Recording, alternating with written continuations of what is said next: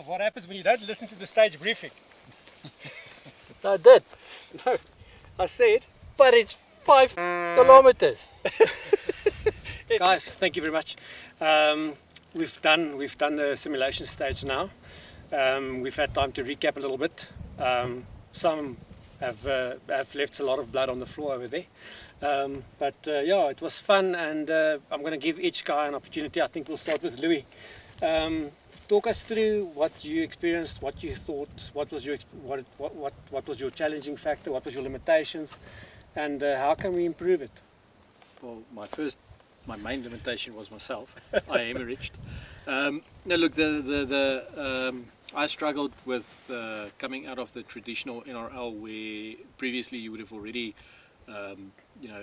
looked where the gongs are, where you're going to shoot you. You had your side picture when you walked on stage. With this one, you start totally blind, so you have to scan for the gongs, and I found that tricky. It wasted a lot of time. So I couldn't quite find the gongs. I didn't listen to the briefing to start off with. So the mistakes that was made was me, and I took too long.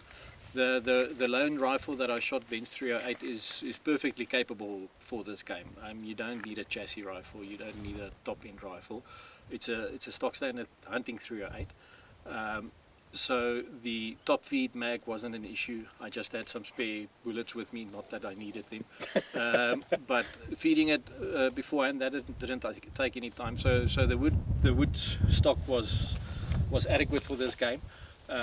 You need you maybe need a game changer or things like that, but at some stage you're going to have to buy your own gear. Yes, no, granted. The barrier to entry isn't as high with the NRL Hunter as it would be with your normal precision rifle type matches. So any guy would be able to shoot this with his stock standard hunting rifle, his normal bipod that he uses, his shooting sticks and all that. So yeah, I think for entry into this competition type of shooting, there's no barriers like there might be with the normal precision rifle shootings.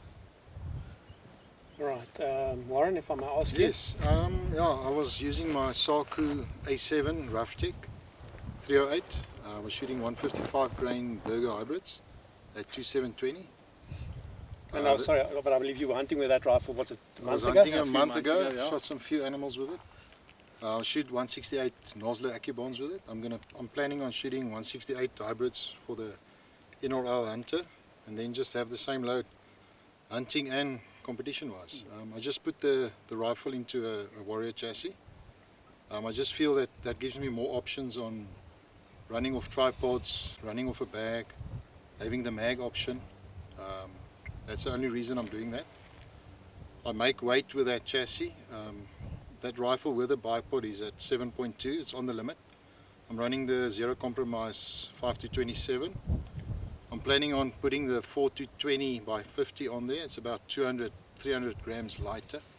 So which means that I can come down on my weight and run a Skypod. I think you need a proper bipod for this guy. Tripod, nice backpack, and a game changer. I love shooting field styles matches. I love coming onto the clock, figuring out what to do, not seeing previous guys shooting. I love doing my own thing, and it's you in the elements, so I love this game. Fantastic. JC? Talk to us, buddy. So number one, headed into the stage, I thought to myself 4 minutes was a lot of time, and I was wrong. So it's one of those deals where gear aside, I mean, I was representative of the 22 to 50 user, the 6mm user, the guy with his 243, for instance. I was running a 6BR, and so just proved that when you do have enough time and you build a solid position, you can hit steel with that caliber. So the guys with those weapons, the guys that shoot in the Kalahari or hunt with those varminting, jackal hunting, whatever, they are able to use that gear.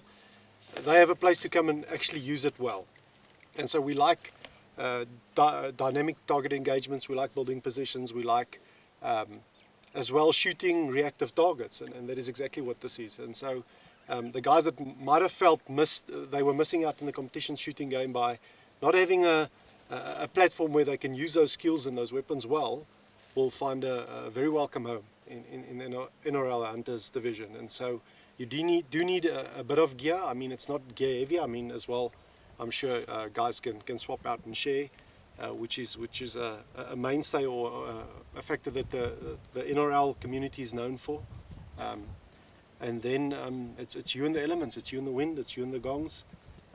And then as well, something that was exploited today is just the fact that you need to have good natural point of aim. You need to identify targets quickly.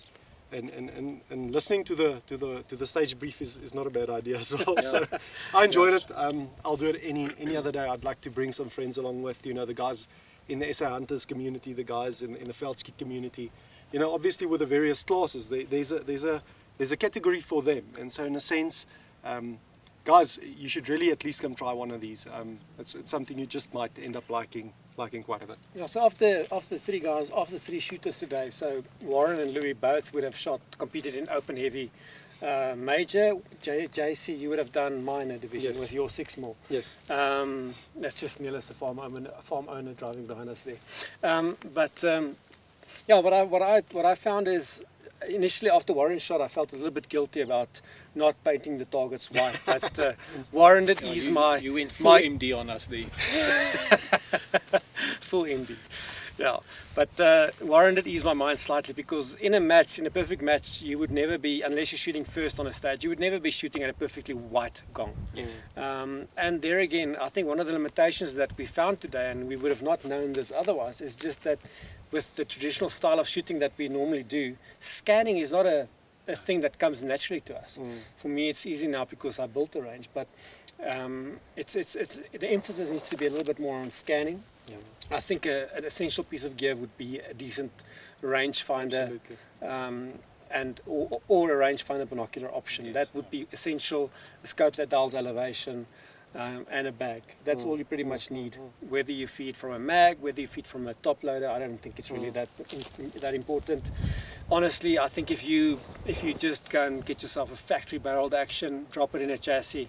If you've got your wooden stock that you've got in your safe, bring it out. You will be able to compete. And it's nice and low. The round count is Exactly. is 4. If you hit the gongs first round, you're going to shoot 4 shots on a stage. Yeah. If you miss, you're going to have to shoot. You're going to shoot 8 shots. So not heavy on the pocket. the round count's going to be very low. And your rate of fire is a lot slower, because you're not shooting 8 shots in 90 seconds. You might be shooting 4 shots over a minute. So your rate of fire is lower. So it will definitely be, I think, friendlier on a barrel. I think in this sport, honestly, a 308. I don't think you'll ever probably see the end of a 308 in this format for this kind of type of shooting. But yeah, I think it was fun. It was a good exercise. I think we learned a lot of lessons, and yeah, we're going to continue trying to educate ourselves in the process, and you guys at home as well. And we hope to see you all in a match soon.